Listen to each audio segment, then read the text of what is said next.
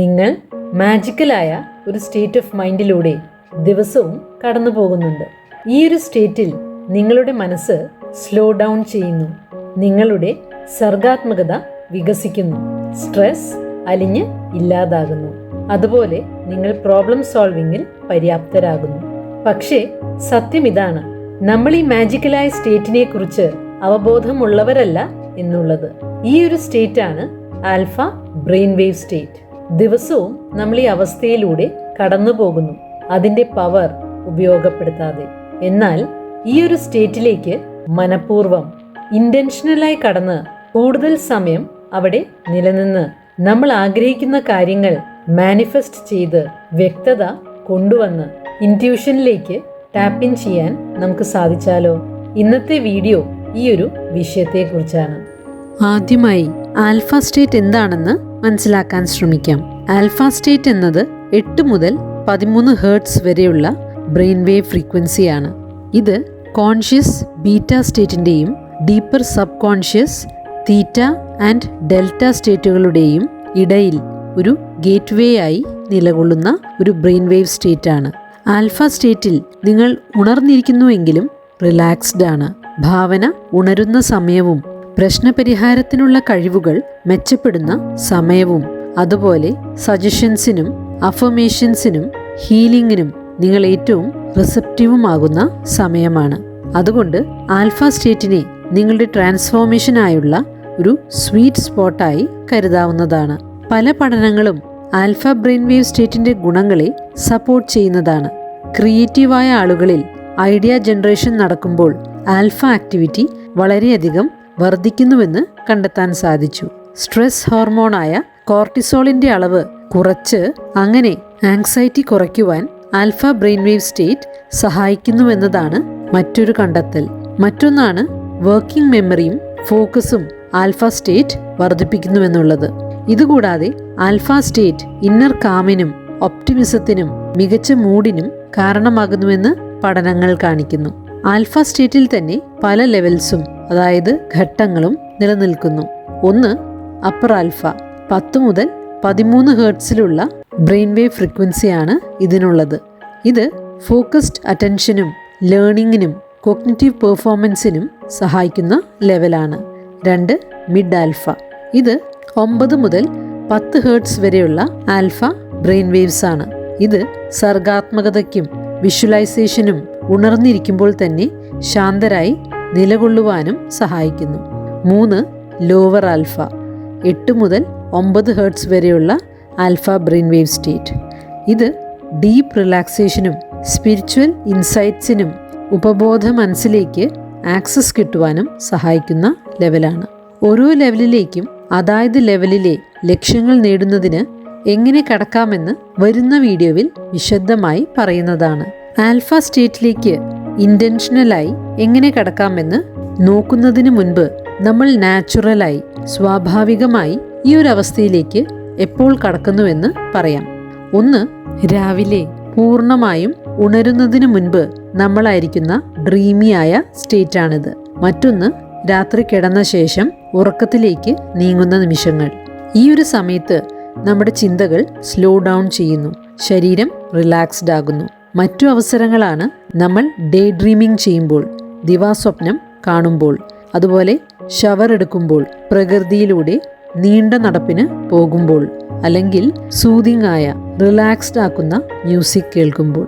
സ്വാഭാവികമായി പലവട്ടം നമ്മൾ കടന്നു പോകുന്ന ആൽഫ സ്റ്റേറ്റിനെ നമുക്ക് പ്രയോജനപ്പെടുത്താവുന്നതാണ്.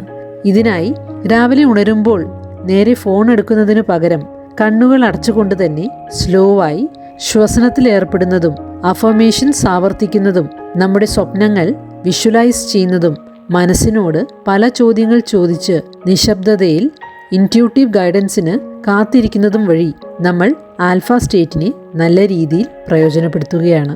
ഇനി സ്വാഭാവികമായി നമ്മൾ ദിവസവും പോകുന്ന ആൽഫ സ്റ്റേറ്റ് കൂടാതെ നമുക്ക് ഇന്റൻഷനലായി ആൽഫ സ്റ്റേറ്റിലേക്ക് കടക്കാവുന്നതാണ്. മുൻപ് സൂചിപ്പിച്ച പോലെ ഓരോ ലെവലിലേക്കും പ്രത്യേകമായി കടക്കാനുള്ള വഴികൾ വരുന്ന വീഡിയോയിൽ കാണാമെങ്കിലും പൊതുവായ ചില വഴികൾ താഴെ ചേർക്കുന്നു. ഒന്ന്, 100 മുതൽ പിന്നിലോട്ട് സാവധാനം എണ്ണുകയും ആഴത്തിൽ ശ്വാസമെടുക്കുകയും ചെയ്യുന്നത്. 2. 4-7-8 ബ്രീതിങ്. ഇതിൽ inhale for count of 4, hold for count of 7, അതിനുശേഷം എക്സ്ഹേൽ ഫോർ കൗണ്ട് ഓഫ് 8. ഇത് 4 മുതൽ 5 തവണ ആവർത്തിക്കാം. 3. വിഷ്വലൈസേഷൻ. ശാന്തമായ ഒരിടം ഭാവനയിൽ കാണുന്നത്, ഉദാഹരണമായി കാടോ ബീച്ചോ മറ്റും. സിൽവ മെത്തേഡിന്റെ ഫൗണ്ടറായ ഹൊസെ സിൽവ പറയുന്നത്, ഇന്റൻഷനലായി ആൽഫ സ്റ്റേറ്റിലേക്ക് കടക്കുന്നത് ഇൻഡ്യൂഷനിലേക്കും ഹീലിംഗിലേക്കും സർഗാത്മകതയിലേക്കും വിജയത്തിലേക്കുമുള്ള ഒരു ഗേറ്റ് വേ ആണെന്നാണ്. അതുകൊണ്ട് തന്നെ സിൽവ മെത്തേഡിൽ അദ്ദേഹം ആൽഫ സ്റ്റേറ്റിന് വളരെയധികം പ്രാധാന്യം കൊടുത്തിരുന്നു. പ്രശ്നപരിഹാരത്തിനും പഠനം ആക്സിലറേറ്റ് ചെയ്യുവാനും സൈക്കിക് എബിലിറ്റീസ് വളർത്തിയെടുക്കുവാനും ഡ്രീം മാനിഫെസ്റ്റേഷനുമെല്ലാം ആൽഫ സ്റ്റേറ്റിലേക്ക് ഓൺ ഡിമാൻഡ് പ്രവേശിക്കുവാൻ അദ്ദേഹം ആളുകളെ ട്രെയിൻ ചെയ്തു. സിൽവ മെത്തേഡിലെ ഒരു കോർ ടെക്നിക്കായ 3 സീൻസ് ടെക്നിക് ഉപയോഗിച്ച് എങ്ങനെ ആൽഫ സ്റ്റേറ്റ് പൂർണ്ണമായും പ്രയോജനപ്പെടുത്താമെന്ന് നോക്കാം. ആദ്യമായി മുൻപ് സൂചിപ്പിച്ച ഏതെങ്കിലും മെത്തേഡ് ഉപയോഗിച്ച് ആൽഫ സ്റ്റേറ്റിലേക്ക് കടക്കുക. അതിനുശേഷം 3 സീൻസ് ടെക്നിക് ആരംഭിക്കാം. ആദ്യത്തെ സ്റ്റെപ്പിൽ സ്വസ്ഥമായി ഇരിക്കാം. ഇതിനുശേഷം തല അല്പം ഉയർത്തുക, 20 ഡിഗ്രിയോളം, അതായത് ഐ ലെവലിന് കുറച്ചു മുകളിൽ. ഇത് തലച്ചോറിൻ്റെ വിഷ്വൽ കോർട്ടെക്സിനെ ആക്ടിവേറ്റ് ചെയ്യാനും വിഷ്വലൈസേഷൻ അല്പം കൂടി അനായാസമാക്കാനും സഹായിക്കും.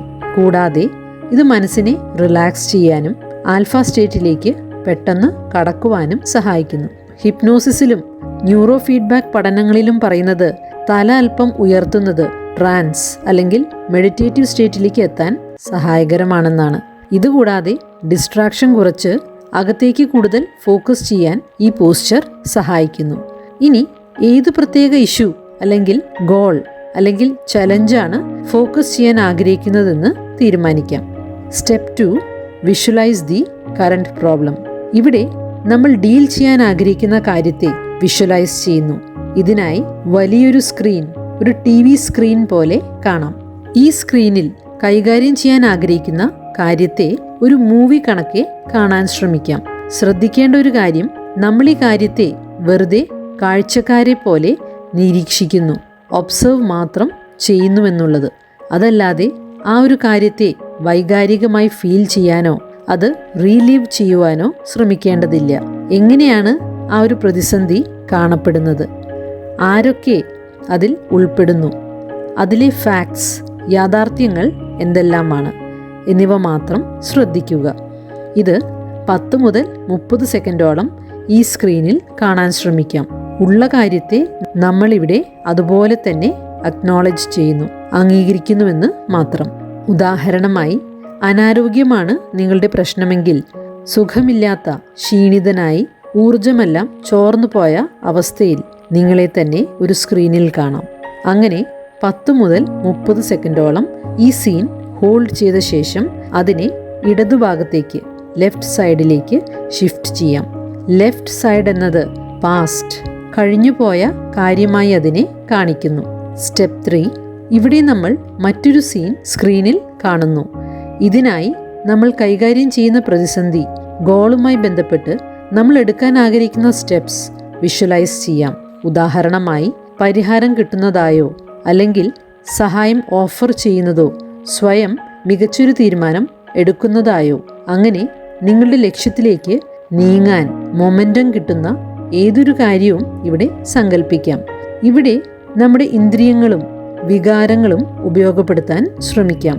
നമ്മെ പ്രോത്സാഹിപ്പിക്കുന്ന വാക്കുകൾ കേൾക്കുന്നതായോ, കൂടുതൽ കോൺഫിഡൻസ് തോന്നുന്നതായോ, ഇംപ്രൂവ്മെന്റ് യഥാർത്ഥത്തിൽ കാണാൻ സാധിക്കുന്നതായോ കാണാം. ഈ ഒരു സീനിൽ 1 മിനിറ്റോ അതിലധികമോ ചിലവഴിക്കാം. അതിനുശേഷം സീൻ വീണ്ടും ഇടതുഭാഗത്തേക്ക് ഷിഫ്റ്റ് ചെയ്യാം. സ്റ്റെപ്പ് 4. Visualise desired outcome. ഇവിടെ നമ്മൾ ആഗ്രഹിക്കുന്ന റിസൾട്ട്, ഔട്ട്കം അടുത്തതായി കൊണ്ടുവന്ന സ്ക്രീനിൽ കാണാം. അതിനായി വ്യക്തമായി, സാധിക്കുന്നത്ര ഡീറ്റെയിൽഡായി ആ ഒരു ചിത്രത്തെ സ്ക്രീനിൽ കാണാൻ ശ്രമിക്കാം.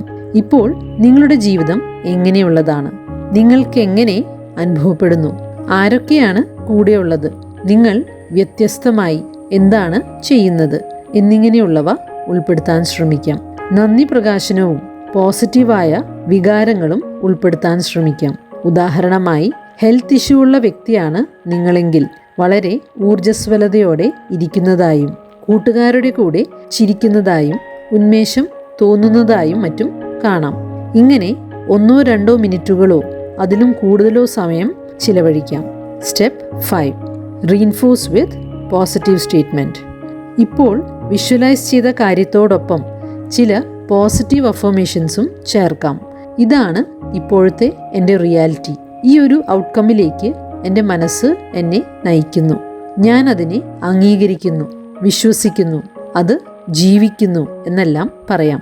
അങ്ങനെ ഈ ഒരു വിശ്വാസം നമ്മുടെ ഉപബോധ മനസ്സിൽ പതിയാൻ അനുവദിക്കാം. Step 6. Exit the alpha state. ഇനി നോർമൽ സ്റ്റേറ്റിലേക്ക് വരുന്നതിനായി 1 മുതൽ 5 വരെ എണ്ണിക്കൊണ്ട് പറയാം.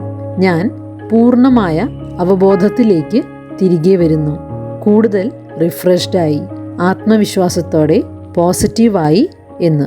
3 സീൻസ് ടെക്നിക് ദിവസവും രാവിലെ ഉണരുമ്പോഴോ കിടക്കാൻ പോകുന്നതിനു മുൻപോ 5 മുതൽ 15 മിനിറ്റ് എടുത്ത് ചെയ്യുന്നത് കൂടുതൽ വ്യക്തത കിട്ടുവാനും ഇന്നർ ഗൈഡൻസിനും ഇമോഷണൽ ഹീലിങ്ങിനും മെൻ്റൽ സ്ട്രെങ്തിനും ഫിസിക്കൽ ഹെൽത്തിനും കോൺഫിഡൻസ് വർദ്ധിക്കുവാനും മാനിഫെസ്റ്റേഷനിനും മറ്റും സഹായിക്കുന്നതാണ്. അതുകൊണ്ട് ദിവസവും ഇത് ചെയ്യാൻ ശ്രമിക്കുന്നത് വളരെ നല്ലതായിരിക്കും. നമ്മൾ ഇൻസ്പിറേഷനായി കാത്തിരിക്കേണ്ടതില്ല. നമ്മൾ ആഗ്രഹിക്കുന്ന കാര്യം നേടുന്നതിനായി ക്രിയേറ്റീവ് കമാൻഡ് സെന്ററായ ആൽഫ സ്റ്റേറ്റിലേക്ക് കടക്കുവാൻ ഒരു തീരുമാനമെടുക്കാം. നിങ്ങൾ ആഗ്രഹിക്കുന്ന ജീവിതം സൃഷ്ടിക്കുവാനായി. ആൽഫ സ്റ്റേറ്റ് പൂർണ്ണമായും പ്രയോജനപ്പെടുത്തുവാൻ സിൽവ മെത്തേഡ് ഉപയോഗിക്കണോ അതോ മൈൻഡ്ഫുൾ ബ്രീതിങ് വേണോ എന്നത് നിങ്ങൾക്ക് തീരുമാനിക്കാം. Anyway, don't just visit alpha, live from it, create from it, manifest through it.